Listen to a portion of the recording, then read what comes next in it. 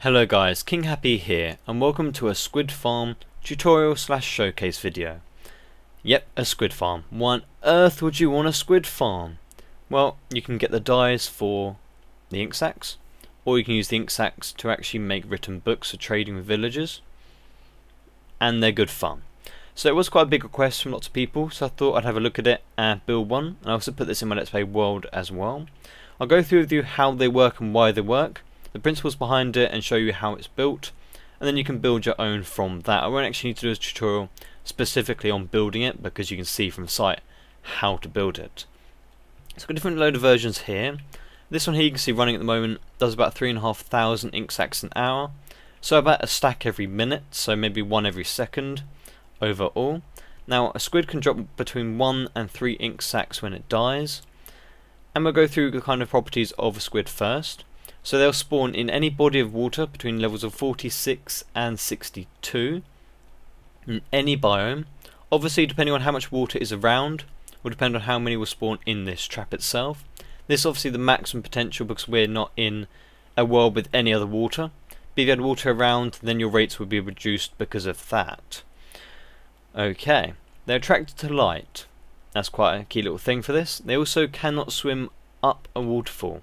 And a waterfall is anything that has a source block on top, the water then goes down, and has an adjacent block to the stream itself, a solid block, such that it does become a waterfall, not just a body of water. Otherwise it won't flow downwards.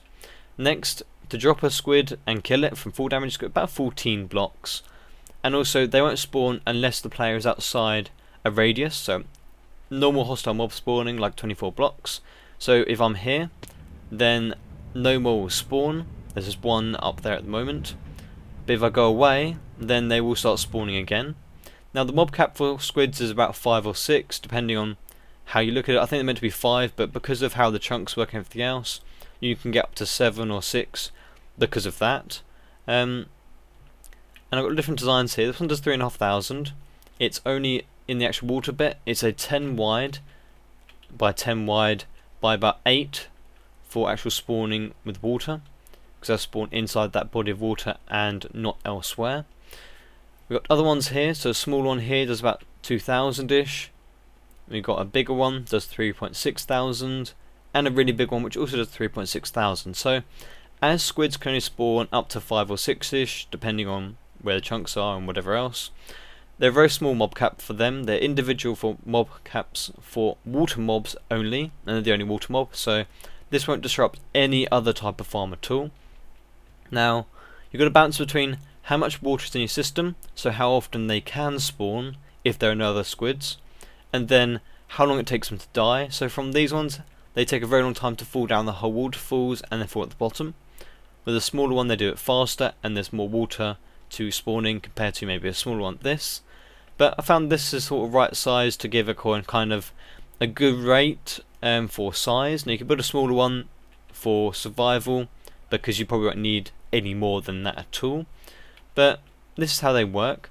So I've got light at the bottom to attract them towards the bottom. It does make an effect on the actual rate itself for the drops, about 20% or so extra. Signs at the bottom of the streams to make sure the water doesn't go down the way. We've got blocks adjacent to every piece of water. So in every piece of water there will be a solid block adjacent to it at some point, which makes waterfalls. And the last key point really is that I've started the water above the actual spawning area, and this is what gives it a good edge. So as you're going to go up to 62 for spawning for squids, this one here is 63 and 64. The source block for the system is at the top, and the first block of waterfall is here. So when they spawn, they will only spawn in this bit here or lower. And I did load testing for this to make sure I was correct with this as well. So these will only spawn in the waterfall itself in this design. If they spawn here, they cannot swim upwards. If they spawned here before, then they might be able to get in the source block above, and they stay there for quite a while before they go down. It's only kind of random chance for them to go down when they're in a source block. So for this, they only spawn in the waterfall itself. They get attracted to the light, they fall, and they die. Of course you can collect them however you wanted to. You could use hoppers over here. You can choose a minecart with a hopper going around. You have all sorts of things to do it. You can have a solid block on top of the hopper system. to make sure it doesn't get stopped. But for this and falling squids, a falling squid will change the direction of its minecart now and then, but in the 5 minutes it will always pick up everything that's around if you set it up all the way. So yeah, that is kind of it. I'll just show you the design on the top just to see if you can see this. Just that every piece of water has an adjacent solid block. It's fairly simple. It's used for all sorts of different designs of farms, sugarcane farms, ice farms, all sorts of different things that need that property to help them. So yeah, the bigger you go, not always the better. If you go bigger downwards, then it doesn't become better.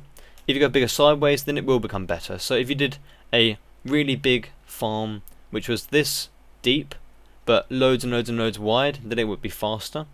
Same way as if you made a really wide version of this one, then they'd fall through very, very quickly.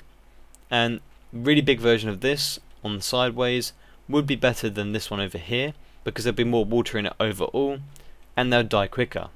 So there's no point really giving a tutorial on the actual thing itself, because you can build it all sorts of different ways, small ones, big ones, anything else you wanted to do.